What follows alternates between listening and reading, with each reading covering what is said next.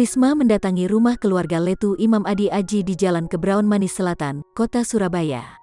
Letu Imam diketahui turut gugur dalam insiden tenggelamnya Kri Nanggala 402. Mensos Risma bersama rombongan tiba di kediaman Letu Imam disambut oleh mertua Imam, anak, istri beserta saudara dan tetangga.